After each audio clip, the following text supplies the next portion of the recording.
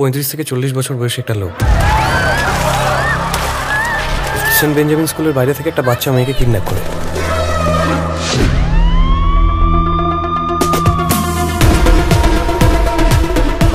বাবুর হেভি দিমাগ, বেসিক্যালি ও একটু তার কাটা মাল। তার কাটটা একটু না বেরোলে মাথার খুলি করে দেবো। এই পৃথিবীর সবচেয়ে বড় অপরাধ কি জানেন ম্যাডাম? গরিব হয়ে জন্মানো। তোমরা আমাদের কথা ভাবো কোনদিন? আমরা ভূতের মতন তোমাদের চারপাশে ঘুরে বেড়াই, একটা মুখও মনে থাকে। এবার থাকবে।